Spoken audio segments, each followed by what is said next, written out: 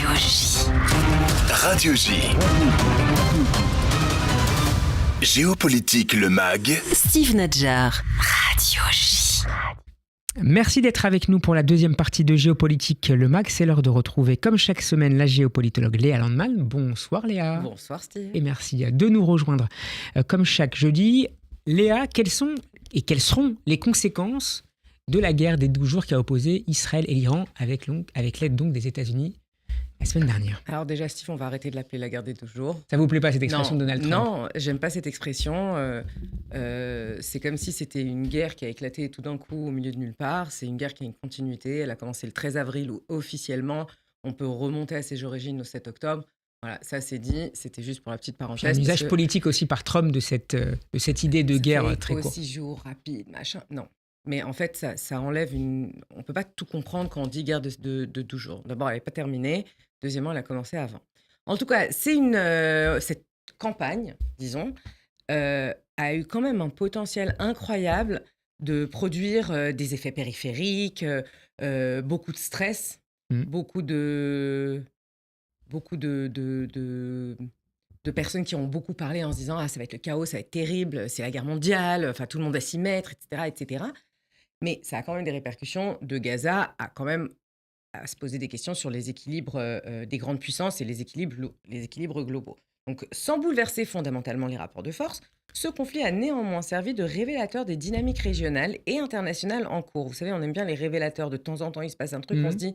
Ça nous permet de vérifier où en sont tout le monde. Léa, prenons un exemple pour démarrer, peut-être celui le plus important, en tout cas pour la zone européenne, le conflit entre l'Ukraine et la Russie. Est-ce que ça pourrait avoir des conséquences directes ou indirectes? Alors, pour l'instant, ça n'a pas eu des énormes conséquences directes sur le conflit en Ukraine, mais il a quand même eu pour effet de détourner temporairement l'attention stratégique de plusieurs capitales occidentales, évidemment. Ce qui est une bonne nouvelle pour Poutine. Ce qui est bonne nouvelle pour Poutine, mais vous voyez que maintenant, à l'OTAN, Zelensky était là-bas, donc c'est revenu c'est revenu dans le centre, enfin au centre, en tout cas dans les titres. En tout cas, Washington a concentré des moyens diplomatiques et militaires pour soutenir Israël dans sa confrontation avec l'Iran. Certaines ressources ont été redéployées, comme une partie des capacités antimissiles américaines destinées initialement à d'autres théâtres. Toutefois, cela n'a pas entraîné de rupture majeure dans l'aide à l'Ukraine. Le soutien occidental à Kiev se poursuit, même si certains responsables ukrainiens ont exprimé des inquiétudes face à la multiplication des fronts de tension dans le monde. Et surtout, moi, je me mets à la place des Ukrainiens en me disant en fait, nous, ça fait 3 ans que ça dure. Et regardez cette histoire, tout le monde s'y met, le focus, il est là-bas. Je parle d'Iran, Israël, évidemment. Pourquoi ce conflit a tellement plus de potentiel de focalisation que ce qui se passe à la porte européenne? Et on a utilisé des armes américaines offensives contre le territoire de l'ennemi, ce qu'avaient réclamé longtemps les Ukrainiens. Exactement. Bon, la Russie, pour sa part, a maintenu une posture d'observateur actif, et je dis ça gentiment.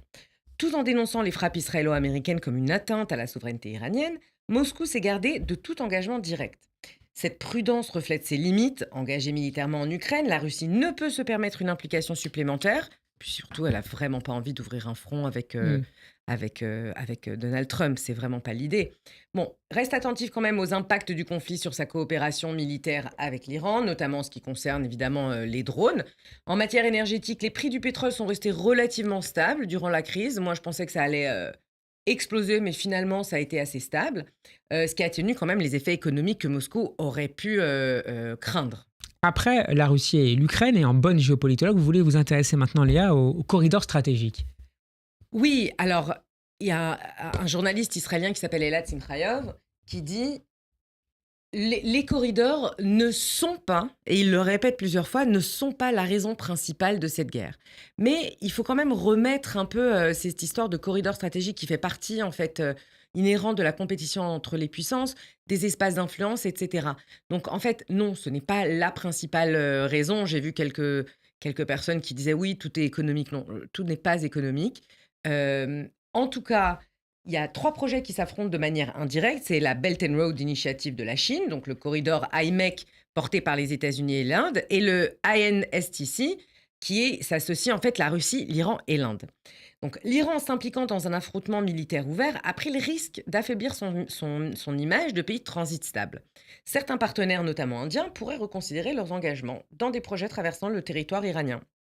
Inversement, Israël et l'Arabie saoudite pourraient tirer profit d'une relance du corridor IMEC si la dynamique de normalisation entre les deux pays reprenait son cours. Je rassure tout le monde, on n'y est pas. En tout cas, les voix qui viennent de l'Arabie saoudite sont très très claires. Fin de la guerre à Gaza, État palestinien, et on en reparle après. Mais quand même, c'est dans le background, c'est derrière.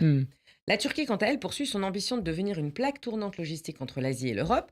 Restée relativement en retrait du conflit, Ankara a utilisé cette période pour renforcer sa position en Syrie et dans le Caucase, qui a dû plaire à Rau, qui proposait donc à la Turquie, disant « Si j'étais la Turquie, je penserais à l'arme nucléaire ». Le développement de ses liaisons ferroviaires et portuaires renforce sa crédibilité comme un acteur logistique incontournable en fait, dans la région. Léa, comment sort l'Iran de cette campagne militaire contre Israël? Alors, le guide suprême Khamenei vient de faire une déclaration disant que, félicitant les Iraniens pour avoir gagné cette guerre, expliquant que les États-Unis sont entrés en guerre parce que sinon Israël allait disparaître, etc. Il prend vraiment les Iraniens pour des imbéciles. Après avoir affirmé que les Iraniens maîtrisaient l'espace aérien israélien. Oui, et surtout après avoir disparu pendant 5 jours.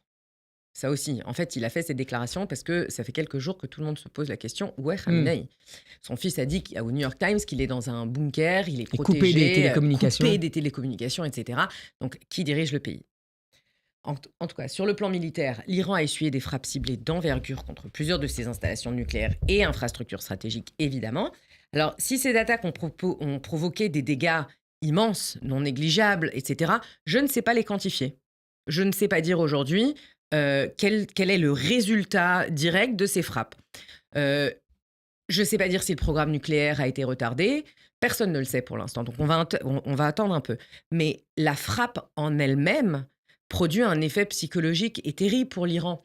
Tout le monde a peur de l'Iran depuis 40 ans. Et en fait, quoi, on a l'impression de quoi? Que c'est un peu du carton, ça s'écroule tout de suite. Après, Tigre de papier? Un tigre de papier. J'hésite à dire un tigre de papier parce que l'Iran est quand même une puissance régionale. C'est pas le Hezbollah qui est hyper affaibli, c'est pas le Hamas qui est pratiquement détruit. On parle quand même de l'Iran. Je ne sous-estime pas la capacité de l'Iran à renaître renforcé, ou en tout cas essayer de se renforcer de toute cette histoire. Donc vraiment ne jamais sous-estimer l'Iran. En tout cas, la République islamique. Le fait qu'il ait mené cette confrontation directement sous soutien militaire de ses proxys et alliés prouve bien que l'Iran est isolé à l'international. Et c'est ça qui était intéressant dans la non-intervention en fait, de la Chine et de la Russie. Sans parler évidemment du Hezbollah qui n'a rien fait, du Hamas qui peut pas, des Houthis qui ont tiré, je crois, 1 ou 2 missiles. Enfin, cette guerre, ce grand soutien que l'Iran a créé, en fait, au moment T, n'a rien fait. Donc sur le plan intérieur, le régime, je ne voudrais pas dire qu'il reste stable. En tout cas, il est en pleine... disons que les Iraniens vont en prendre un gros coup ces prochaines semaines, puisque le régime va en profiter pour accroître la répression sous prétexte de, j'en sais rien, collaboration avec l'ennemi, etc. Bon, mais malgré les difficultés économiques aggravées par les frappes et les sanctions, le régime, pour l'instant, tient. L'unité nationale s'est partiellement resserrée autour du récit de la résistance. Je ne pense pas que ça va durer très longtemps. En tout cas, sur le plan diplomatique, l'Iran a réussi à limiter les critiques, en partie grâce à une perception internationale ambivalente sur le régime des hostilités. D'où l'importance de ne pas qualifier cette campagne de guerre de 12 jours. L'impact humanitaire est cependant lourd. Les frappes ont fait de nombreuses victimes civiles et ont causé des perturbations dans la fourniture d'électricité et de carburant. Cela accentue les tensions sociales. Dans un pays déjà en proie à une forte inflation et un mécontentement latent, il faut quand même rajouter l'énorme déception des Iraniens et de l'opposition iranienne qui pensaient qu'on y était presque, que le changement de régime était là, que les États-Unis allaient aider, que les Israéliens allaient rendre ça possible. Et là, ils se rendent compte que, comme chaque fois depuis 40 ans, en fait, ils sont seuls. Léa, il nous reste 1 minute et c'est beaucoup trop court, je le sais par avance, pour essayer de comprendre les incidences éventuelles de cette guerre sur la guerre toujours en cours à Gaza. Bon, déjà, on a vu qu'à peu près 2 heures après l'annonce de cessez-le-feu de Donald Trump, le Qatar a déjà appelé à retour de négociations sur Gaza. On parlait d'un momentum. D'un momentum, mais l'Égypte a quand même invité une délégation israélienne en Égypte. En tout cas, pour l'instant, les négociations sont au point mort. Le Hamas reste dans ses positions. Il n'empêche que Netanyahou a dit hier, il va rassembler son cabinet. Ça marche pas à Gaza. Il le dit lui-même, on le voit bien depuis plusieurs mois, mais la méthode ne marche pas. Alors, est-ce que les ministres du Likoud aussi l'ont dit, c'est très très rare quand même en Israël que les ministres du Likoud vont à l'encontre de la politique et de la stratégie de Netanyahou. Il n'empêche qu'on est à un point où on peut plus faire semblant. Ça ne marche pas. Donc, Netanyahou a demandé aux militaires de trouver une autre option. Lui préfère le plan Witkoff. Il y a d'autres possibilités sur la table. Ça ne sert à rien d'en parler maintenant parce que ça va changer encore 10 fois. Ce qui est intéressant, c'est que je pense qu'en fait, le prix que Netanyahou va devoir payer pour le soutien américain, c'est Gaza. Alors, personnellement, je ne pense pas que ça soit un prix. Il est temps d'un cessez-le-feu, de se réorganiser, de comprendre ce qu'Israël veut faire à Gaza. Et ça peut avoir un risque politique, un coût politique pour sa coalition. Surtout, c'est important de faire sortir les otages et de les libérer quand même, parce que sans ça, il n'y a pas de cohésion israélienne. Est-ce que la coalition de Netanyahou est en danger ? On commence à parler d'élections, mais plutôt parce que Netanyahou a repris un peu dans les sondages après cette attaque en Iran. Il veut gagner le momentum. J'en sais rien, on verra bien. On sait très bien que tout ça, c'est un peu en l'air et que c'est ce que les gens aimeraient voir. En tout cas... D'une phrase, Léa. Une phrase. Il n'y a pas eu de bouleversement majeur. D'accord, mais je pense que tous les acteurs ont affirmé leur position. C'est-à-dire que les États-Unis, avec leur manque de volonté d'intervenir, ont repris une place essentielle au Moyen-Orient, ce qui est hyper important pour leurs alliés du Golfe. Parce que les alliés, ils veulent savoir qui est avec eux et qui est contre eux. Ils ne veulent pas de zigzag.